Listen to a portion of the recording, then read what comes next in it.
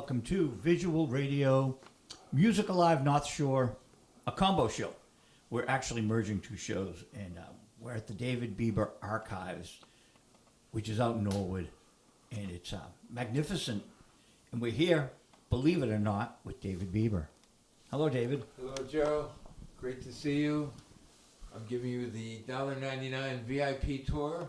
I'm waiving the fee, so you don't owe me $1.99. It's free to come in. It's $5,000 to leave. I guess we're staying here tonight. A lot of work to do here. Residency. There's so much to talk about. If you walk into the archives, I thought I had a lot of record albums. You've got about 40 times the amount I have. Maybe 100 times the amount. Well, It's ridiculous. the guesstimate is about 175,000 albums. But, you know, the beauty of being out here at the Norwood Space Center is that I've got about 10,000 square feet to fill. And it's very important that you understand, and your viewers understand, that it's not just music, it's not just media, it's not just pop culture. There are probably 40, 50 categories of collectibles that, by my definition, are content that deserves to be saved, whether it's political, or religion, or sports, or T-shirts, matchbooks, koozies, frisbees, food packaging and design, everything under the sun. I can kind of make a case and connect the dots to not only the culture, but the real world, and why everything interlocks and why everything is consequential. With the passage of time, everything becomes a collectible. My lawyer tells me never talk religion, so let's talk religion. I'm busy getting rid of Tennessee Ernie Ford, Anita Bryant, Jerry Falwell, all sorts of records that drive me crazy. What do you collect about religion? I collect all of those aforementioned albums. I have a significant gospel section. I have a significant Hebrew section. I collect all those wonderful little pamphlets. There's a local personality who walks around town, and usually in heavily congregated areas like Fenway Park, who's got a sandwich board with all kinds of religious slogans and statements on it. He passes out and puts those pamphlets not only to people who are willing to take them, and certainly I am willing to take them, but he puts them under the windshield wipers of parked cars, and I've kind of cultivated a little, friendship with this gentleman and enjoy seeing him, and he's always giving me, these wonderful graphic little pamphlets. One of my favorites, the artwork shows very vivid flames, and the headline on the little pamphlet is, "In hell there is no water." So those are the kinds of things that I love to save. Wow. Wow. I can get Superman. I can get the comic books. I can get politics. The religion, I hit a brick wall with it. Well, and also the thing that is quite beautiful is the religious icons and the artwork and the interpretations of the historical religious figures. It's fascinating to see how artists, great, near great, and in great, have determined what religious visages should look like. Let's go to my religion and talk Rolling Boulder. Rolling Boulder has an ad for the band Boston. How you did that on the back cover. See, when I bought this, I didn't know it was a David Bieber production, so I'm shocked. Well, this publication is a parody of Rolling Stone magazine. It was done in 1977, and it still has a kind of pertinence today when you consider that last year Elton John wound up the most successful tour, not only that he ever did in history, but anyone had ever done in history up until Taylor Swift, who has gone past $1 billion Elton did about $930 million on his farewell tour. So 46 years later, he still has a relevancy, as well as the subject matter of transsexual surgery, which is also very much in the news. So in these 72 pages, all the ads are legit, and all the articles are parodies. Among the subjects were that the Beatles got together and did a reunion concert, but nobody cared and nobody showed up. So actually, Jan Wenner, who was the owner and publisher and editor of Rolling Stone at the time, went to Stephen Mindich's house in Needham. Stephen was the person who owned the Boston Phoenix, and I did it under his banner in 1977. Jan Wenner sent a sheriff to Stephen's house in Needham at 2 o'clock in the morning to enjoin and issue papers enjoining Stephen from doing this. And of course, what Stephen loved was a good battle.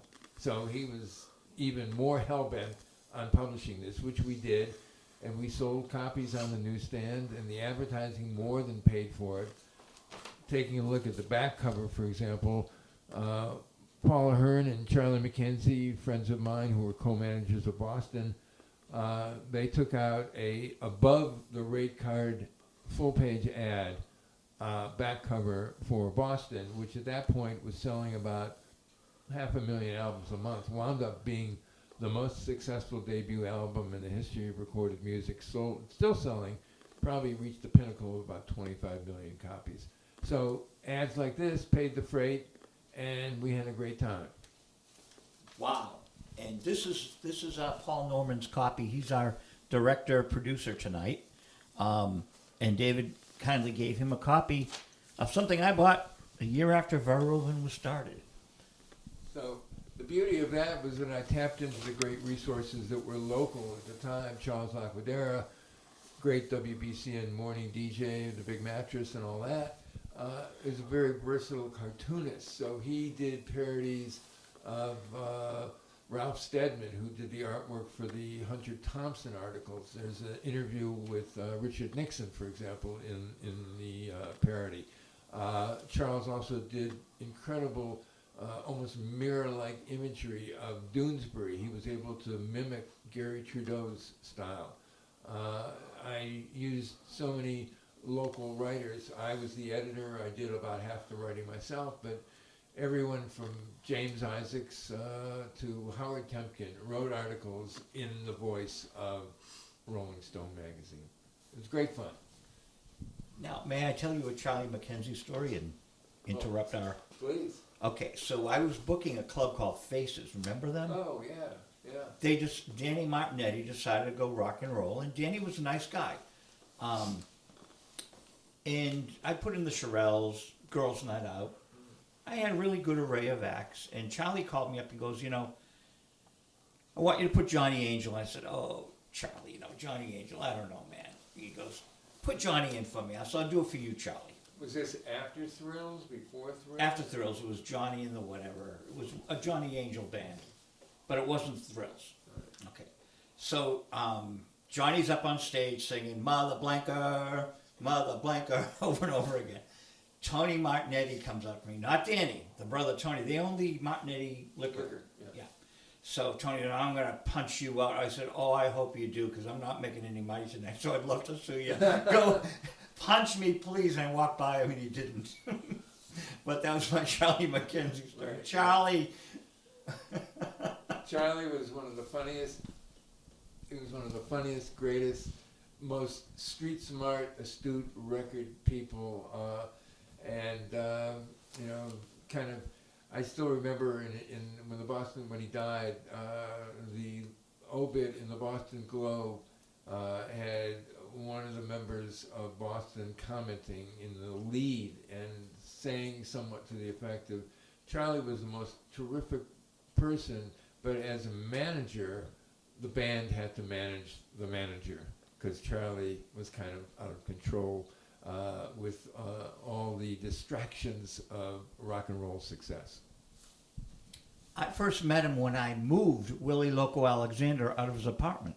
Oh, okay. So I helped move my friend Willie, and that was the night I met Charlie McKenzie. So I don't remember the date, but I do remember doing that with, because I worked and had a van. Yeah. And after Charlie was given about $2 million in walkaway money within a couple of years of Boston's great success, Charlie was managing Willie Alexander and actually was able to secure, I think it was a 2-album major label release deal with MCA Records. So Willie was above and beyond the local record release system, had major label distribution, and that was attributable to Charlie. They hired me to be roadie for the second album when they were taking the equipment out of Sun Treader up in Vermont. So that was kind of fun. Yeah. We could talk all day long with our stories, but we're here at the Bieber Archives, and I wanna first talk about your very first article was for Billboard magazine. That's right. I started as a business major at Miami University in Oxford, Ohio, and I was at the library reading the publications, and I saw a small space editorial mention that we at Billboard are looking to establish a national chain of college campus correspondence. And I immediately wrote away to the woman in New York and said, I would love to do this. I had never written an article before, but I had a real passionate interest in not only the music itself, but the business of music. And that's why I was reading Billboard magazine, because it was no longer just picking up record surveys, top 40 surveys at the local record store in Cleveland where I grew up. It was also reading Billboard magazine to realize that there was a whole industry and a machine behind, later became known as the star-making machinery, as Joni Mitchell suggested. But I wrote away. I said I wanted to be the campus correspondent. At age 18, I was thrown in the deep end of the pool. The first two people that I interviewed were Cannonball Adderley and Nancy Wilson. Not Nancy Wilson of Heart, but Nancy Wilson, the jazz singer. Sure. And just in that first year, the people that I talked to, interviewed, wrote for Billboard, I had a byline. I was so proud of that. Ranged from the classical pianist Rudolf Serkin to the activist comedian Dick Gregory, and through the years on campus, everyone from Frankie Valli and the Four Seasons to Johnny Carson, Ray Charles, Johnny Mathis, Chad and Jeremy, the Rascals, the Temptations, on and on and on. And it impacted me so significantly that I changed my major. And I started taking journalism classes at Miami of Ohio, and took every journalism class available because they didn't actually have a degree program. The journalism classes were in the English department. So I had to transfer because I clearly wanted a new career direction.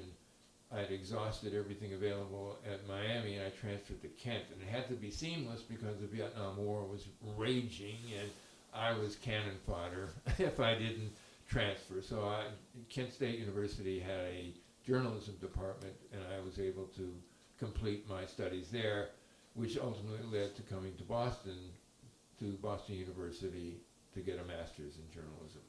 From there, very fortuitously, I wrote a thesis, 160 pages, on the underground media, whether it was underground newspapers, films, magazines, radio stations, how they impacted traditional above-ground media. And Clark Smith, who had just become the assistant general manager at WBUR, read my thesis and hired me to be the music director. And I was off to the races, because I thought I was going to have to leave Boston because it was a relatively small city with too many talented people. I was thinking I'm going to have to go to New York, I'm going to have to go to Los Angeles. I wound up staying in Boston because this opportunity arose. Of course, within a year, and during that year, that was just a phenomenal year, interviewing everyone from B.B. King to David Bowie. Before Bowie really broke on the scene. He was still actually recording for Mercury Records at that point. He hadn't even begun with RCA, and he couldn't even tour America as a performer. He could only tour as, talking about his career as a promotional junket. He didn't have the working papers to perform live. He spent about 2 hours up at WBUR. The sad thing about that, of course, was that BUR was so impoverished that we didn't even have a blank reel of tape. So we couldn't record that wonderful pre-stardom interview with Bowie. But, if you believe the fact that all those radio waves are vibrating out there in the celestial universe, someday it's going to be retrieved. The same way that all the video has come out of the woodwork, in the last 20 years of YouTube existing. So my hopes are still out there that Bowie conversation will somehow be retrieved. But within a year, John Silver decided he wanted to control the reins of WBUR, took a staff of 32, reduced it to 3. I was out the door. So fortunately, through the relationships that I had as music director there at WBUR, I was able to get some of the local promotion people to endorse me to a company and a guy named Danny Lippman who ran music promotions. And one of Danny's clients, in addition to doing all the advertising for Warner Electric Atlantic and New England Music City and Cheap Thrills and the Orson Welles Cinema Complex, various other enterprises, and I was doing all the copywriting and the ad placement and design of the ads. In addition to that phase of Danny's business, that was where I first met the Modern Lovers. Danny was managing Jonathan Richman, David Robinson, Jerry Harrison, Ernie Brooks. They were basically unsigned at that point. It was a year plus that they went out to California to do the demos with John Cale, demos with Kim Fowley. They were tentatively going to be signed by either Warner Brothers or A&M. The two labels kind of combined their forces for the economies of scale, and kind of unheard of that they both contributed to making the demos. But ultimately that recording didn't come out until later in the 70s on Berserkling Records. But, it gave me the opportunity to, kind of entrench myself even further into the local Boston music scene. And then for several years thereafter, mid to late 70s, I was doing freelance independent work for radio stations like WEI-FM, WCOZ.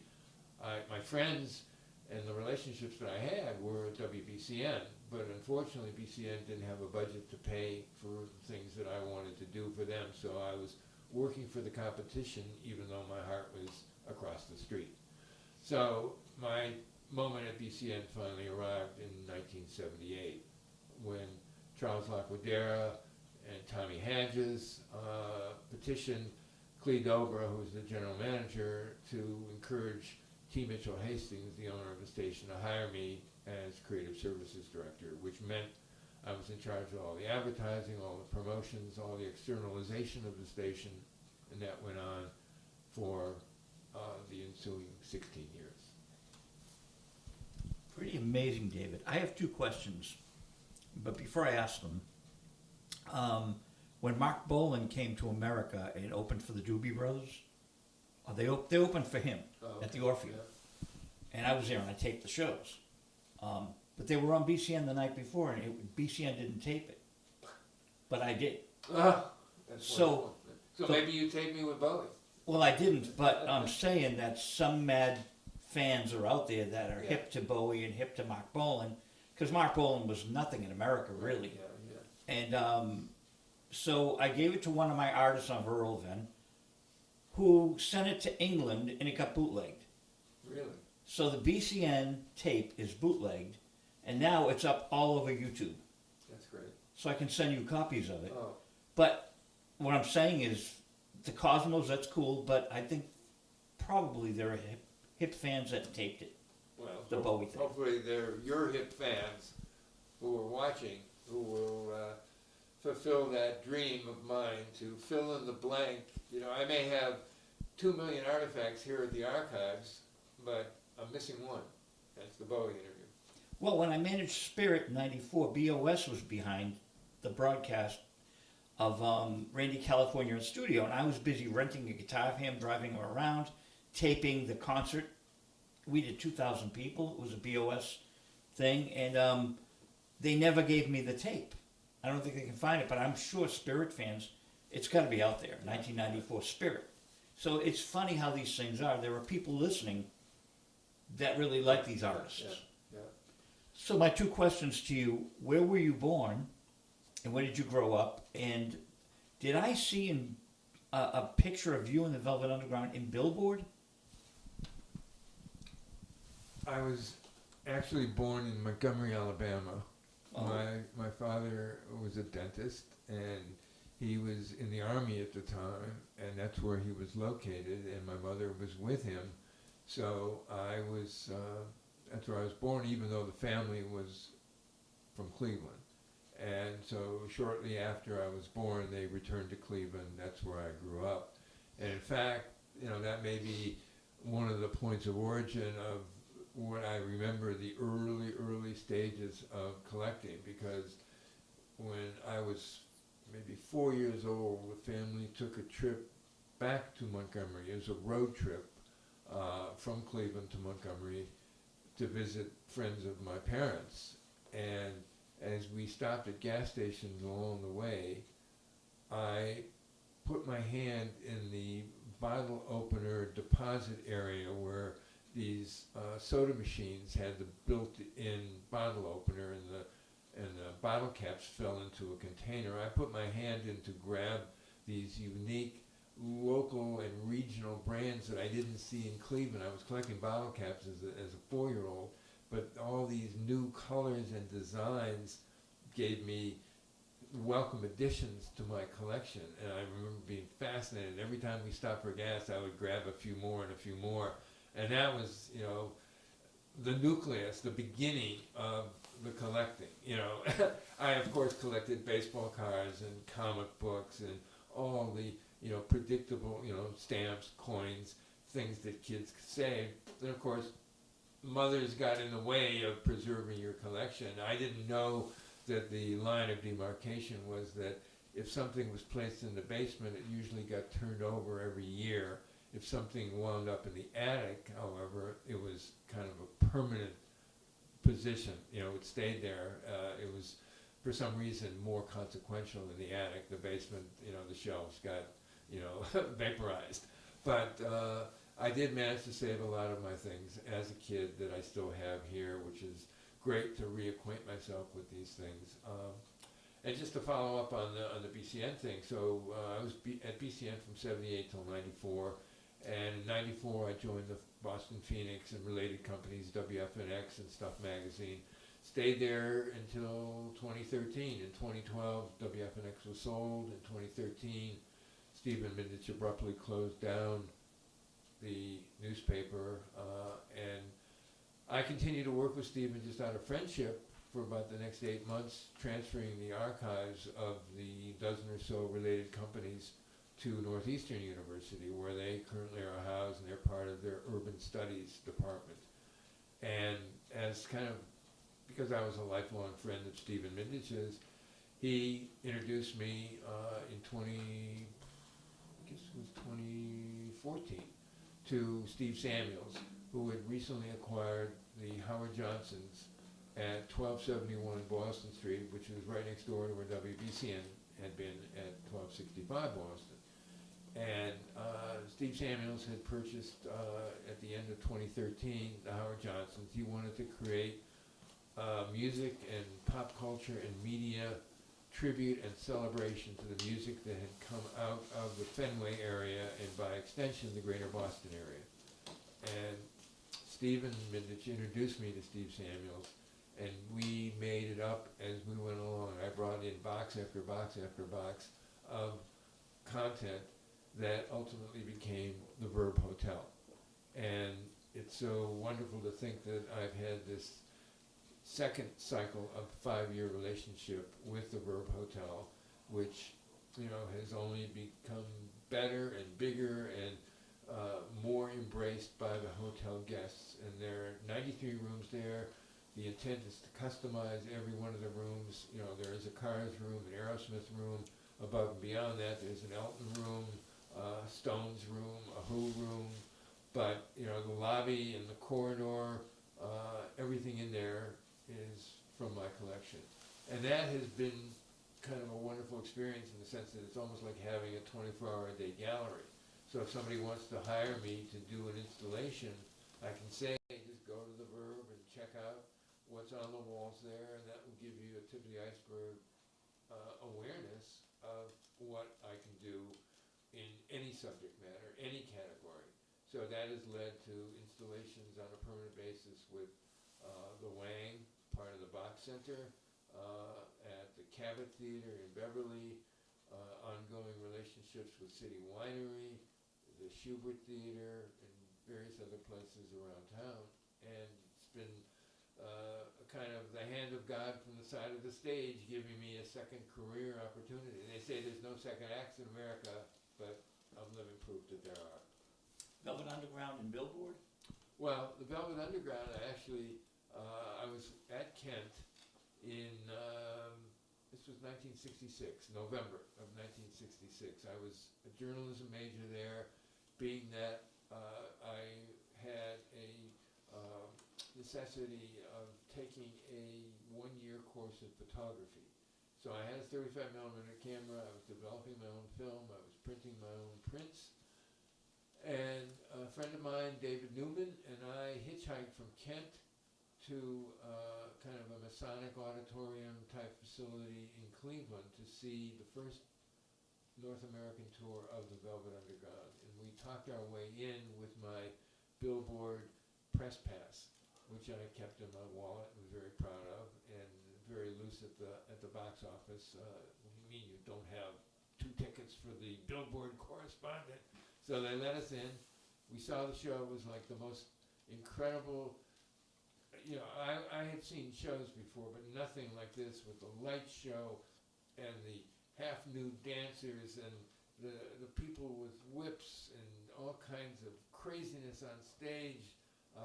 It was just the most insane production, and this was the Velvet Underground as part of the Traveling, Exploding, Plastic Inevitable, which was the overarching terminology of what the show was called.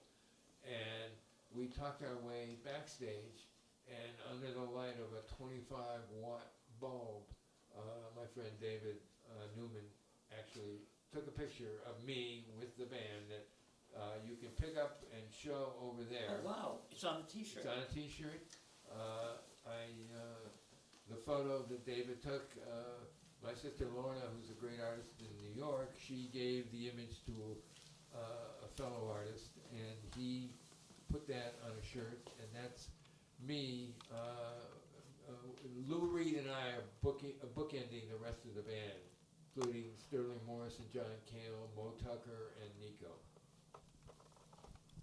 That's insane. And so that got in Billboard?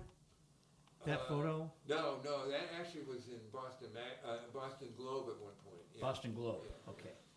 So we've covered your origins of writing in Rolling Boulder. Now we have to get to the nitty-gritty. The book. All right. Is this the first book for Bieber Archives? Off Our Backs is the first book, hopefully the beginning of many. I worked with Brian Coleman, who has done several books called By Me Boston, By Me, B-U-Y, Me, comma, Boston, which is a kind of compendium of 1960s, 70s, and 80s ads from various publications from the Boston area. About 50-60% of the ads came from the archives. I've given Brian free rein to go exploring and look at all the media. And I also did this in conjunction with Lance Salemo, who's a great designer and artist. And I wrote the copy and the introduction and also the descriptions of all the shirts. And basically this is kind of a representation of tip of the iceberg of 150 shirts from the archives. The estimate is that we have about 8,000 shirts here at the archives. But it's meant to show a whole spectrum of shirts. This is, for example, Mitch the Greeter Doorman at the Rat. This is the Orson Welles Cinema that was a great complex in Cambridge.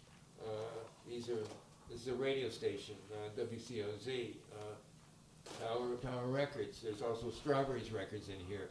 So there's a little bit of everything. Political, concerts, food and beverage, movies, radio stations, record companies. It's a great read. It's a kind of, dare I say it, a bathroom read. You know, you can open to any page. I think you'll be surprised. You can maybe show off some of the things there. But it's almost like a calling card. And if somebody is curious about what the archives is all about, this is something to give a prospective client. It's for sale at offourbacksbook.com. And it's a fun read, and I've had terrific feedback about it. So is it your first book It's the first book, yeah. that you've ever written? Other than my master's thesis, which was, people have encouraged me to actually put that out in book form too. It's about 160 pages, and it's all about the underground media impacting the traditional media. But this has come to fruition, and it was a wonderful experience. So we were talking, you were on the very first Velvet Underground tour, and we have a mutual friend in New York, Norton Records, Miriam Linna. Do you and Miriam know about Jonathan Richman's 8mm footage of the Velvet Underground? I don't. He took a lot of footage, Oh, okay. and it was at his parents' house. This is back in the 70s, he told me. So that would be really nice to have. It was the Tea Party, of course. Yeah, right. And he would hang out there, and Bob Soma was on my TV show, and we talked about it and how they would have parties afterwards, Yeah. and Jonathan was there. Well, it's interesting that you mentioned Robert Soma, who was somebody that I wrote for. He was the editor of Fusion magazine, which for a time was the East Coast counterpart to Rolling Stone magazine. Mm-hmm. And Barry Glovsky was the publisher, and I think probably the owner of Fusion magazine. They were at 909 Beacon Street, and I lived at 180 Bay State Road. You know, I didn't have a car. I was going to Boston University. I wanted to be as close to the School of Public Communications as possible, so I walked everywhere or hitchhiked. That was the mode of transportation. You felt safe, and you just put your thumb out. But so I walked over, just cold called Fusion magazine, and Robert Soma printed probably 2 or 3 major feature articles that I wrote for the magazine, which ultimately were part of my master's thesis as well. So I was kind of double dipping. I was getting classroom credit for these articles, but I was also getting paid for having them published. I wrote probably the first major definitive piece on WBCN for Boston Magazine, 1970. The Fusion articles became chapters in the thesis. I was writing pieces for Billboard, for the Boston Globe, for the Cambridge Phoenix, Boston After Dark, part of the whole spectrum of Boston media at the time. But yeah, he was a wonderful editor. Gary Kenton was another one who was I think the managing editor. Ron Campisi was the art director, yeah, it was just a very fertile time. There weren't really media or music roadmaps at that point, and it's fascinating that Jonathan would be filming them because in some respects they were almost like 2 house bands at the Boston Tea Party. The Tea Party existed from 1967 until the end of 1970. And during that period, I think the Velvet Underground played more than 40 times at the Boston Tea Party, either as a headliner or as an opener. And I've got the posters to prove the evidence of that. And during that whole period, they never played in New York. As much as people associate the Velvet Underground with New York, during that period, they were almost like a Boston house band. And the other, very significant, prominent players at the Tea Party were the Hallucinations, which later became the Jay Giles Band. And they too played multiple times, and that led to their getting signed by Atlantic Records. Mario Medias, the Big M, was a national promotion person handling the underground radio stations. He was a black guy who couldn't believe that Jay Giles Band and Peter Wolf were white guys with the sound that they had. And he was the champion of getting them signed to Atlantic Records. And it was just a wonderful period of time. So I'd be fascinated to see Jonathan's home movies because there's an endless curiosity not only of and about the Velvet Underground, but about the Modern Lovers. As a matter of fact, there's somebody who's coming to the archives in May who's working on a documentary on the Modern Lovers. So I'm sure he'd be intrigued to see that kind of footage, whether or not it's specifically the Modern Lovers or the Velvet Underground. The fact that Jonathan did the cinematography would have a great bearing on the inclusion in this documentary. That indeed it would. 8mm films, they were at his parents' house. One would hope he would have kept them preserved, but at least you and Miriam can now get to work. I would like to invite you and Barry Glofsky on the same show. Maybe come to Everett or Wakefield, Paul's Wakefield station. We have 2 stations where we can also do a Zoom if you don't want to drive out, but it's fun to be in the studio. Absolutely. And Barry was one of the first guests I had on TVI in 1979. Wow. So we started our show really in 1979, but then visual radio started in 1995 with Marty Ballin. Okay. So I'll just briefly give you the quip on that. Marty was coming to the House of Blues. Teo was running it. Remember Teo? Of course. Great guy. And Leomeister. Yes.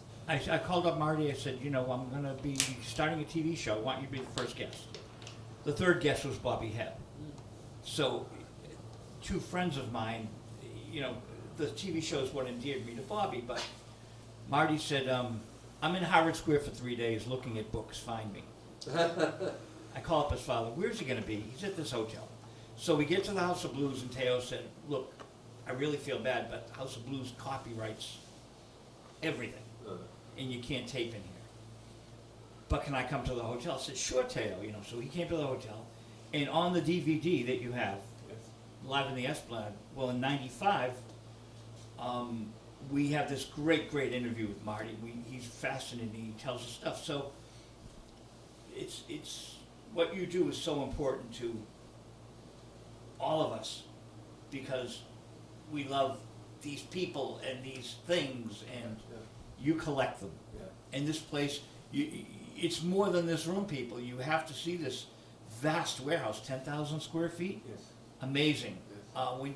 It's just mind-blowing. It's like going to an amusement park if you're into pop culture. So pop culture, when did pop culture become a thing? Well, I think pop culture has always been a thing. The aspect of the archives, though, is that I believe in the preservation of what we have experienced, what we have lived through, what we have touched, and what has touched us. And so it's not just pop culture, though. It's a little bit of everything in the connectivity that you can make for everything that existed or even currently still exists. I mean, I remember being fascinated with the Revere Drive-In Flea Market and going there in the 1970s. That was my religion. On Sundays, I went there. And I went there with several friends. Fred and Maria Lewis. Fred was, at the time, Atlantic Records promotion person. He later became the manager of the Cars, got them signed to Elektra, and I went with my friend Pamela Burton, who later went on to manage Simply Red and worked with all the acts at Frontier Booking, up to including Joan Jett and the Police and all that. But we went as a foursome every Sunday to the Revere Drive-In Flea Market, and it was very casual because later it became the dealers who were there with flashlights at 7:30 in the morning and going through people's trunks before they ever set up at tables at 9 o'clock. But we, stop at IHOP and have some pancakes and a waffle and then go at 11 o'clock in the morning. There was no sense of urgency. And people were legitimately cleaning out their attics and their basements and maybe selling off their kids' possessions behind their back. When the kids were off at college, mom and dad were cleaning out the bedroom. And it wasn't now like where you go to a flea market or a yard sale and you see these kind of bogus packages of counterfeit Chinese poisonous toothpaste. Back then it was legitimate, and you could buy records for $0.25. You could buy vintage radios for $1. I think we set the parameters that it would cost $5. It was more than we would spend, and it was negotiable. Everything was negotiable, and we would buy for each other. And the season, we couldn't wait for the flea market season to begin in April, and we kept going until October. And we would buy for each other. So at the end of the day, 4 or 5 o'clock in the afternoon, we'd go back to Pamela's place in Cambridge, and it was like we would have, those Sundays. It was like every Sunday was Christmas. We would buy for each other, and if you didn't get 5 bags of things every Sunday, it was a disappointing day. But you never were disappointed because you got 5 or 7 or 9 bags. I had a little Volkswagen Super Beetle and filled it up with stuff every Sunday, and then we would exchange things because we were in each other's heads and we knew what each other wanted. So that was, and through the year, I remember meeting Carl Barks, the creator of Uncle Scrooge, the great artist who had Donald Duck and the 3 nephews on all kinds of wonderful adventures in Walt Disney comics and stories that I grew up with as a kid. He was making an appearance at maybe it was the Park Plaza Hotel ballroom on a Sunday. There was no such thing as Comic-Con. It was just a convention where like-minded people got together to swap comic books. And I just wanted to meet him and thank him. I didn't even want him to sign a comic. It was just to be in his presence was what was important. So these things had very, very primitive starts. When you talk about collectibles and pop culture and all that, a poster was created with a purpose. It wasn't meant to be a collectible. It was created to sell a concert or an event. And when that event occurred, it was the debris of our culture. I saved those things, off of, bulletin boards on campus or, record stores, off of telephone poles or, taped to vacant storefront windows. And those became the cornerstone of the collection, as did albums. I haunted the places like Zare's where I would, especially if I was going back to Cleveland, there were Zare's in the Midwest. It wasn't just a local Boston type of discount house. And I'd get on my hands and knees, and the understock wasn't just what was in the bins. And I'd be opening up the understock boxes, and I'd be finding these records that were no longer returnable. They were cutouts, but they were legitimate cutouts, not just overstock. They were records that from small labels that couldn't be returned, and they were 3 for $1. And I'd go up to the clerk, and the clerk would see me with 100 records, thinking they're going to make this $400 sale. And in fact, it was $35 because 3 for $1, and I had 100 records. So it was just, everything was up for grabs in those days. And, you'd grab a poster, the poster basically had no value. So when you started to see at these comic book and music, gatherings on a Sunday afternoon, people were selling posters for $1. Then they were selling for $5, then $10, then $25. And you thought, my God, this is stunning. Even though I wasn't selling anything, I was acquiring. I monitored the marketplace. I was aware of the value on a straight line upward trajectory. And now you look at posters are going for tens of thousands of dollars, depending on the vintage and the condition. Just as I'll see a penny on the ground, I'll pick it up because I realize, not that penny has any value, but in the context of historic value. As a kid, you'd buy a pack of baseball cards. It'd be 6 cards for a nickel with a slab of gum. That meant the cards cost less than a penny. The Mickey Mantle rookie card that you could have, if you were lucky enough to get it in one of your wax packs in 1952, was less than a penny. Last year, the best version, not mint, not 10.0, but 9.8, Mickey Mantle rookie card, $12.6 million. So, in the world of hard to believe, you got to believe it, because somebody is playing with monopoly money and making these kinds of purchases. So, I don't sell anything. I do lease what I have and utilize it for installations and exhibits and various other purposes. We had the set decorator from the movie The Holdovers contacted me, wanted to see Boston Tea Party posters because the film was taking place in 1970. So we're, in the archives represented in that film. But, I'm happy to put things out there. I just don't sell things, but I do pay attention to the marketplace. And it's fascinating to see how many of these pop culture items have become valuable with the passage of time, because so many things weren't saved. And with the money that hedge fund people and everybody else trying to buy back their childhood or their glory years as a teenager or in their early 20s, the events they went to, the things they didn't save, whether it was their tickets or a concert program or a poster. Don't forget, a lot of the merch has grown up as a business. But back then, merch was maybe a t-shirt. It wasn't all these sophisticated, collectible items that, you kind of just add water and they become collectibles, instantly. They didn't really exist. You had maybe some bootleggers that were selling concert t-shirts outside the venue, like outside the Boston Garden or the Worcester Centrum or something like that. But now it's become huge business. You look at a Taylor Swift tour, for example. You get when she was playing, the football stadium in Foxborough last summer. The aerial views of people buying merch. It was like it had to be multiple hours wait just to buy the things that were for sale, and the variants meant same thing as like with variant album covers or variant comic book covers. You have to buy every one of them. It's not just you buy one, you buy 6, you buy 8, you buy 12. The K-pop stars have been masters of that. All these Korean boy and girl bands. They different covers and different T-shirts, and before you exit, you spent $300-400 in addition to what the ticket is. I heard for Taylor Swift, people were paying $200-500 just for parking. It's insane. I don't know where this money is coming from, but I do enjoy watching the marketplace on an accelerated steroid basis moving into the stratosphere.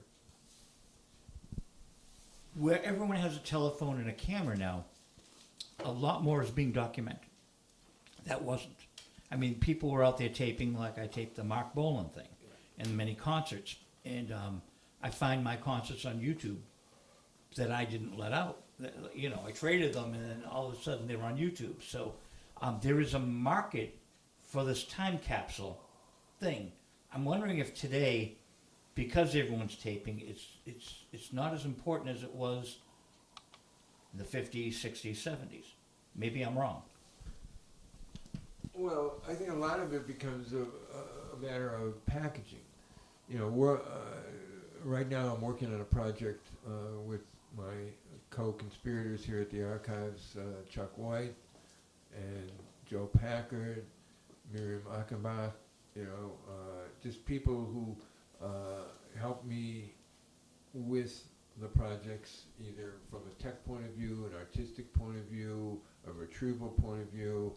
We're all in each other's brains and all each other's wavelengths. We know how to work in tandem and fulfill projects. And so I think when you talk about things that are out there in a bootleg form, or somebody hasn't officially licensed the content, but it's out there, I think it becomes a matter of how you package things. So one thing that we are currently working on is an Aerosmith package coming from Universal Music. Now apparently they've reclaimed their masters, the things from Columbia. I think Aerosmith has their own imprint, their own label that's going through Universal Music. And it's a reissue of their first album on Columbia in stereo and in mono, and also a disc of a live broadcast that happened in March of 1973 at Paul's Mall. And that is out there in various forms, but this is going to be the supreme quality technological version. And you put all the bells and whistles together, and there's going to be a significant booklet that amplifies the audio listening experience. And I'm sure there'll be a very attractive cover, and it'll just be something that is unique unto itself. That yes, you can maybe watch/listen to something on YouTube of that performance. You know, Maxanne is, I think, doing the intro and the outro. It was, you know, WBCN, a live broadcast. Sam Copper probably recorded it. But this becomes a total immersive package as opposed to something that goes out into the world in bits and pieces, fragments, and not up to the standards and the quality that a band would like.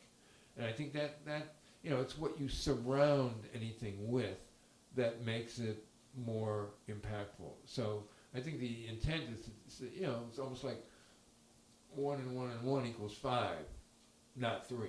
You know, you want to have all the bells and whistles attached so that you really can, you know, kind of look back at the recreation of that moment in time. Another project that I'm working on right now is with Blue Note Records, and there's going to be an installation at the Wang. Don Was, who's the president of Blue Note, who's also sometime member of Was Not Was, and also, you know, significant producer of many acts up to it, including the Rolling Stones. Being president of Blue Note right now, we're doing a retrospective. So we, you know, draw from the archives here, the content, not only vintage Blue Note records, but press releases, vintage photographs, books, all the ephemera of a time gone by, we bring it back to life. So I think that's what, you know, pop culture is all about. That I've done installations, there's a 16 linear foot glass cabinet at the Burb Hotel. I've done installations that relate to the history of the transistor radio, the history of the microphone, the history of the entire decade of the 1980s. So in that, you make sure that you include some, you know, vintage video cassettes, you know, great box artwork on, you know, John Hughes films, you know, a Pee Wee Herman talking doll. It's not just about the music. It's all the related pop cultural ephemera. And then you bring in politics, you know, those in the Reagan years. You bring in TV Guide magazines. You know, right now at the Verb there's an installation, it's not meant to be a history of the guitar, but it's drawing on some of the more significant guitars from the archives. So autograph guitars, Bonnie Raitt, Keith Richards, Robert Plant. But not just the guitars, because that's kind of sterile. You bring in magazines that these artists are on the cover of. You bring in a Fender amp, but also put next to it a biography of Leo Fender. You bring in reference guitar players that influence the contemporary guitar heroes. Mississippi Fred McDowell album cover is near Bonnie Raitt's guitar. You know, stuff like that. That, you know, in-store stand-ups, you know, showing, you know, Phil from Thin Lizzy or Neil Young, you know, holding guitars. You know, so that you try and create a kind of significant overview. So it's not just a singular artifact. It's, you know, like when we did the transistor radio installation. It shows not just that little rectangular box that came in a brown or a black leather carrier. It was all the geometry and the different designs and the different colors and in-store displays that tell you why you should buy a transistor radio now. And you see the evolution of it, and you see the impact that it had. You can see the licensing deals that were made. For example, the transistor radio, that is in the shape of Spider-Man. A transistor radio is in the shape of a Coca-Cola or a Pepsi-Cola dispenser, like a cooler. So, you want these things to really leap off of a shelf or leap off of a wall and become impactful to the guest of a theater like the Wang or the Cabot, or a guest of the hotel like the Burb. It's got to speak thematically to the people and really tell a story that they didn't even know that they were curious about.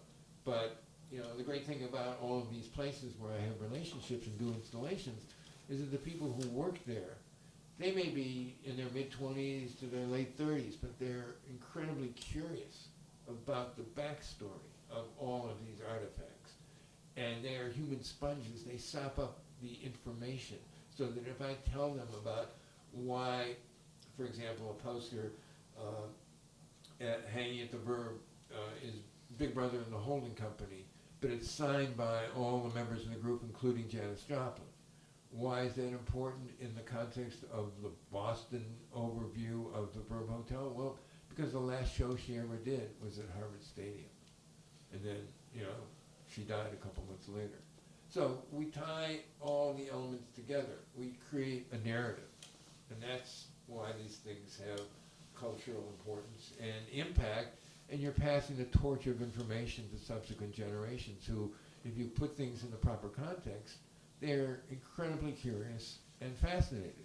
Because, Hendrix and the Beatles and the Stones and Janis Joplin and Jim Morrison, all these people live on, even though many of them are dead, because their work continues to speak for them and speak to people who were not around when they were doing their most formative work.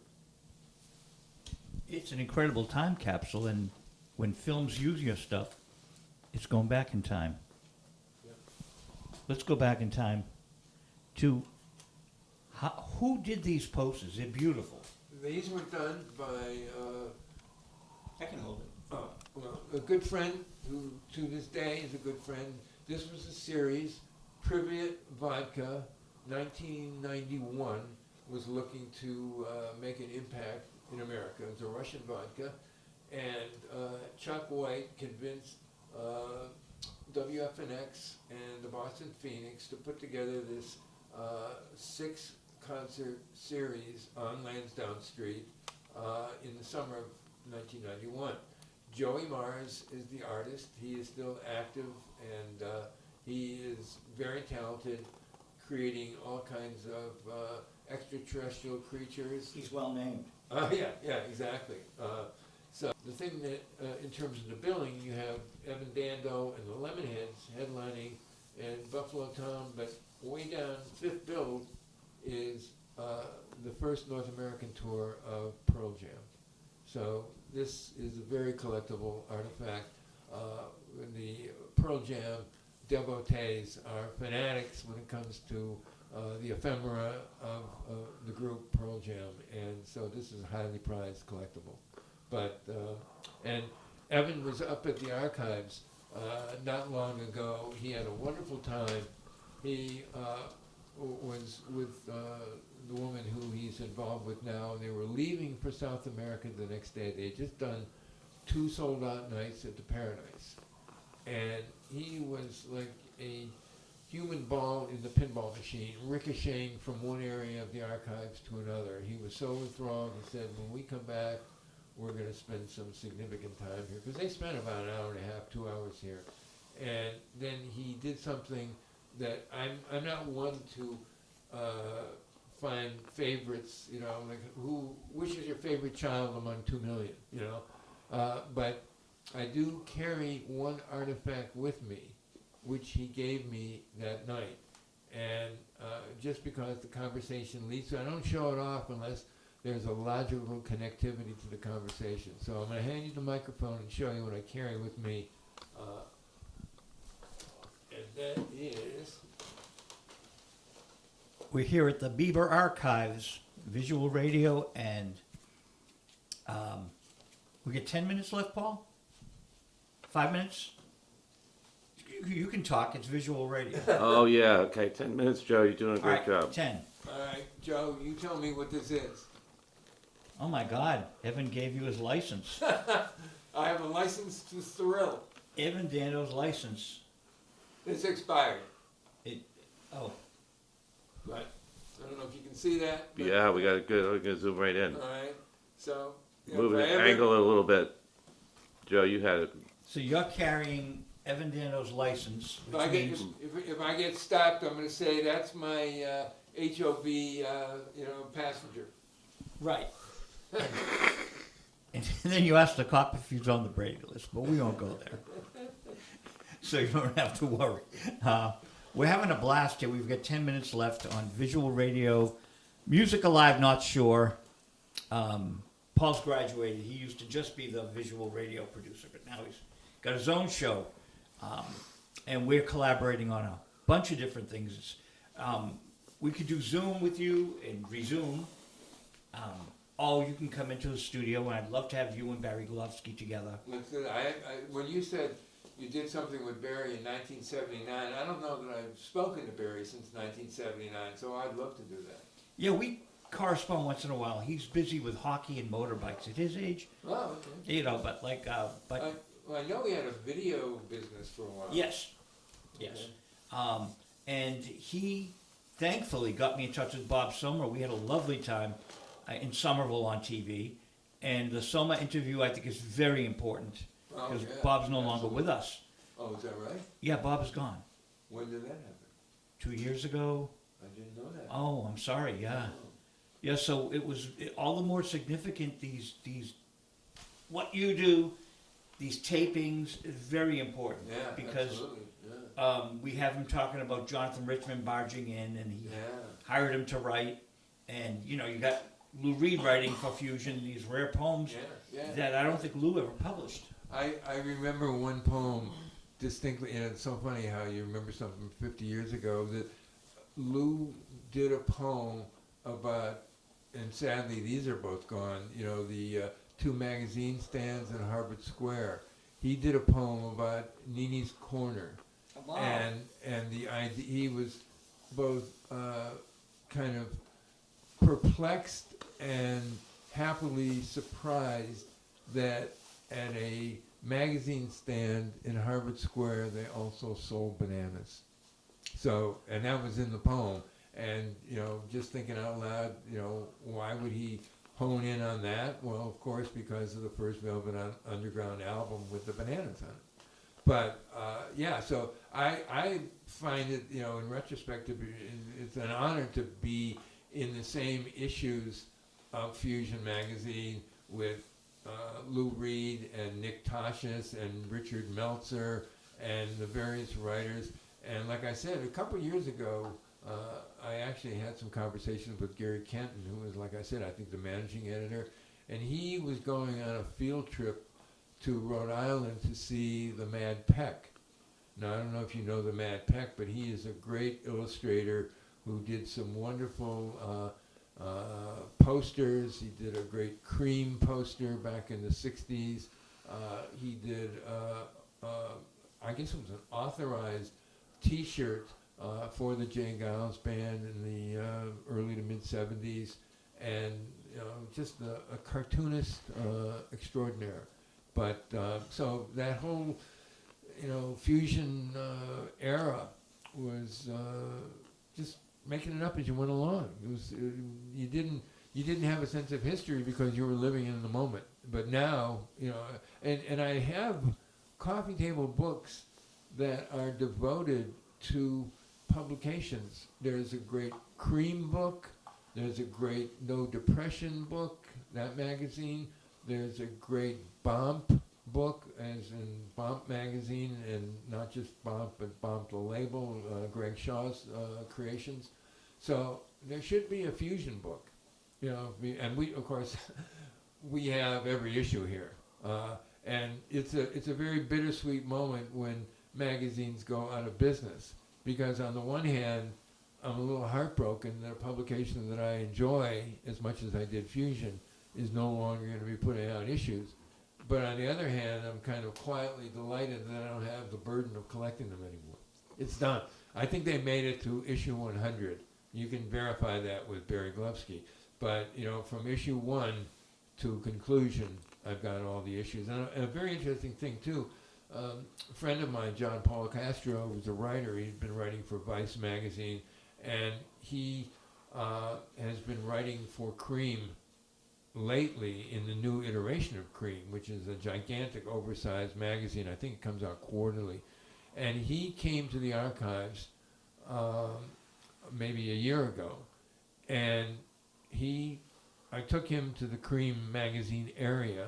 He got in touch with the new owners, or actually I think it's the son of the original owner, and showed them the Boy Howdy can of beer and the various magazines, and they said, we are making our whole archives of old issues available to new subscribers, but we're missing volume 1, number 4. Pulled it right out, gave it to John, and he took it home and scanned it and filled in that blank for the Cream magazine history. Wow. So, and that put him in, I'm sure, good stead with, you know, his editor, and he's hopefully gotten some new assignments because of that. We're getting the peace sign from Paul, which means 2 minutes. And it's okay. Visual radio goes 10 minutes over 15, but we're gonna conclude now at the Bieber Archives. So getting you and Barry Glovsky together would be nice. Maybe you guys can talk about a collectible Fusion box. Yeah, that would be wonderful. Yeah, listen, this is a great gift idea. Maybe the next volume that comes out of here is Fusion Magazine, the history of. Well, we want to thank everyone at the Bieber Archives for such a magnificent place. I'm looking at the Village people. You know, where else can you find Nixon and the Village people together? In the same room. Yep, And with this is- Superman. And this is only one room. We've Dave- got, there's a room you haven't even been in.